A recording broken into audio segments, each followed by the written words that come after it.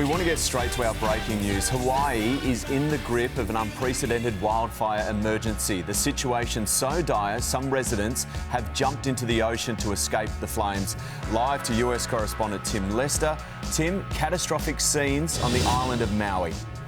Yes, terrifying scenes there, Shervo, overnight, and Hawaiians now awakening in the daylight and starting to get a look at the kind of damage that's been suffered. Perhaps the most worrying of the fires is in the township of Lahaina, or around it, on West Maui. Now, tourists to Hawaii, many of them will know this as a small, historic township, but one that attracts a lot of tourists for its coffee, food and shopping culture, and they've been in, no doubt many Australians have been in to Lahaina in the past. Well, now we know that the bushfire has swept in to this historic town. We don't yet know the extent of damage. We know there have been evacuations. As you say, the Coast Guard has actually picked up people in the Pacific Ocean and taken them out to sea to rescue them and bring them ashore elsewhere, away from the fires. Lahaina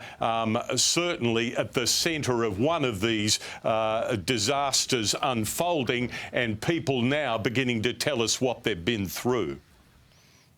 I was the last one off the dock when the firestorm came through the banyan tree and took everything with it. Yeah, we're happy to be okay and been praying all night for people to be safe and just however they can get out and get safe. So I feel very lucky. Hawaii suffering a run of dry conditions in the lead up to these fires, so essentially tinder dry conditions helping them burn, but also the passing of Hurricane Dora. Now, it's about 800 kilometres to the south of the Hawaiian Islands, but still generating wind patterns over the islands, at least through yesterday and the night, of winds up to 100 kilometres an hour, fanning the flames and causing particularly dangerous conditions, guys. Yeah, Thank you, Tim. We're hearing that the governor, I think, has just spoken. There is some loss of life expected here. The hospitals are already overwhelmed, and lots of Aussies, Tim, would have been to this little place because the resorts, from my memory, because we stayed there with our family years ago, the resorts are just up the coast, and you kind of go into this little town for your meal at night, don't you? Maui is well known as a tourist destination. Yes, Australians will have been through this. Many will know this area. It's not a large town. It's only about 13,000 permanent residents, but it attracts a great flow through of tourists who dine and shop in this area when they're in Hawaii. So for many looking in on this in Australia and elsewhere around the world, the centre of one of these fires will be familiar territory, guys. Thank you, Tim. Apparently, too, that emergency communications are down, 911 calls, internet, etc. So, very difficult situation for them. And that hurricane, Dora, the wind causing havoc, you could see it there behind in the town, the smoke blowing around. Really difficult situation. Yeah, it's just gone 10 a.m. there on the ground. We're hearing that some of the resorts, the hotels, are setting up cots, which, you know, beds for people who've been displaced, farms, homes, resorts evacuated in that area. This is a You can big see that story. wind. See how fierce the wind is blowing through there. Yeah. Absolutely terrible for all those people. We'll stay across it. We'll bring you more as we get it. Let's get more news now. Here's Eddie. Thank you, Nat. Good morning. A woman has been charged with attempted murder overnight, accused of intentionally crashing her car into a man in Sydney's west. Let's go live to Liam Tapper at Westmead Hospital. Liam, the victim was left in a critical condition.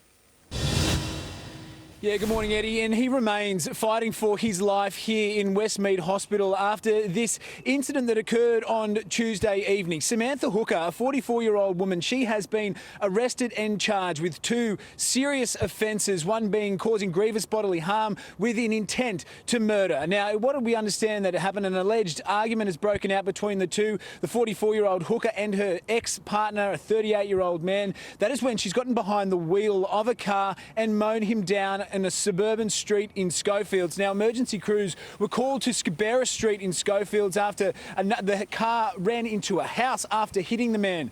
Now, Hooker, she was arrested and she was in front of Blacktown Court yesterday where she was refused bail and she is now in custody. She will be back in court in October facing these very, very serious charges. Of course, they carry a maximum of 25 years in prison if she is found guilty. As for her partner, as I said, he does remain here in Westmead Hospital with critical injuries, fighting for life in what police are calling, Eddie, the latest case of domestic violence here in New South Wales. Thank you very much, Liam.